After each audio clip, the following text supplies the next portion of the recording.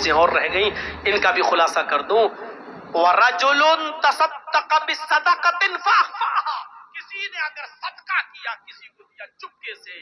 اتنے چپکے سے دیا کہ دائیں ہاتھ سے دیا بائیں کو بھی خبر نہ ہو، تو ایسا شخص جو چپکے چپکے کسی کو صدقہ کرتا ہے، کسی کی غریب کی مدد چپکے سے کرتا ہے، ایسا شخص بھی اللہ کے عرش کے سائے میں ہوگا۔ یہ نہیں رمضان کے مہینے میں کسی غریب کی مدد کر رہے ہیں، 5 کلو آٹا، 2 کلو تیل، 1 کلو چینی، شربت کی بوتل، کھجور، اور اس کا واٹس ایپ پہ فوٹو کھینچ کے واٹس ایپ پہ بھی ڈال رہے ہیں، آج میں نے 20 لوگوں کو کٹ دی ہے، آج میں نے 50 لوگوں کو غلہ پہنچایا ہے، آج ہم نے 50 لوگوں کو، غریب لوگوں کو ساڑی دی ہے۔ میرے بھائیوں، ایسے لوگ عرش کے سائے میں نہیں ہوں گے جو اپنے نیکیوں کی نمائش کرتے پھرے اور جس کو دے رہے ہو اس کو بھی ذلیل کرتے پھرے بیچارے کو۔ کسی غریب کو دے دو، نہ تمہاری بیوی کو پتا چلے، نہ جس کو دے رہے ہو اس کے بارے میں کسی کو پتا چلے کہ اس بیچارے کی مدد کی ہے، اس کا پردہ رہنے دو۔ اس طریقے سے دو دائیں ہاتھ سے کہ بائیں کو بھی خبر نہ ہو، یعنی کانوں کان، ہمارے زبان میں بولا جاتا ہے نا، کانوں کان کسی کو خبر نہ ہو، اس طریقے سے صدقہ کرو۔ بخاری کی ایک روایت ہے کہ ایک شخص کہتا ہے، اے اللہ آج کی رات میں صدقہ کروں گا اور میں چپکے سے دوں گا، کسی ضرورت مند کو دوں گا۔ پھر وہ رات میں اٹھا اور چپکے سے نکلا اور اس نے ایک ضرورت مند کو رات میں دیکھا، اس کے ہاتھ میں اس نے اپنا صدقہ، اپنا زکوٰۃ کا مال، اپنا صدقہ کا مال اس کو دے دیا۔ صبح جب وہ مارکیٹ کی طرف گیا تو راستے میں باتیں ہو رہی تھی، کچھ لوگ کہہ رہے تھے، دیکھو اللہ کا نیک بندہ بیچارہ رات میں کسی کو صدقہ دینے کے لیے نکلا، وہ چاہتا تھا کہ کسی غریب کو دوں لیکن کسی چور کو دے دیا۔ اس نے کہا اللہ میری نیت تو نہیں تھی چور کو دینے کی، میری نیت تو تھی غریب کی مدد کرنے کی، لیکن اب دھوکے سے چور کے پاس پہنچ گیا تو میں کیا کر سکتا ہوں، اللہ آج میں پھر نکلوں گا اور کسی غریب کی مدد کروں گا۔ دوسرے دن وہ پھر رات میں نکلا چپکے سے، آج پھر کسی غریب آدمی کو اس نے دیکھا جو رات میں موقع، اس نے پوچھا تم ضرورت مند ہو؟ کہا ہاں، اس نے صدقے کا مال اس کو دے دیا۔ صبح ہو کے راستے میں پھر باتیں ہوئی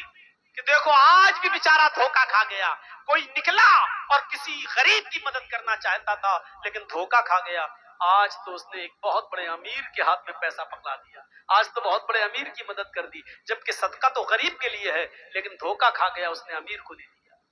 اس نے کہا اللہ میں کسی غریب کی مدد کرنا چاہتا تھا لیکن آج بھی دھوکا کھا گیا، پتہ نہیں کیا ہو رہا ہے۔ اے اللہ میرے کسی کے چہرے پر تو لکھا نہیں ہے کہ کون امیر کون غریب، اب میرے پاس اور بھی صدقے کا مال ہے، آج کی رات میں نکلوں گا تو میری مدد کرنا اور کسی مستحق تک پہنچا دینا، جس جو مستحق ہو، جو اس کا جو غریب ہو۔ اے اللہ میں چپکے ہی سے دوں گا، اس طرح دوں گا کہ کسی تیسرے کو پتہ نہیں چلنا چاہیے۔ وہ رات کی تاریکی میں تیسرے دن بھی نکلا اور جب تیسرے دن نکلتا ہے تو پھر کسی غریب کو ڈھونڈتا ہے تو کیا دیکھتا ہے کہ ایک عورت بیٹھی ہوئی ہے، مایوس ہے، پریشان حال ہے۔ یہ اس عورت کے پاس گیا، کہتا بہن اتنی رات میں تم اکیلی مجبور نظر آتی ہو۔ اس نے کہا کہ میں بہت مجبور عورت ہوں، میری مجبوری کا فائدہ مت اٹھاؤ، رات کے اندھیرے میں میرے ساتھ مجبوری کا فائدہ مت اٹھاؤ، جاؤ یہاں سے۔ اس نے کہا میں مجبور ہی انسان کو دیکھ رہا ہوں، 2 دن سے میں برابر دھوکا کھا رہا ہوں، یہ لیجئے۔ اس نے چپکے سے صدقے کا مال اس عورت کو دے دیا، خوش تھا کہ آج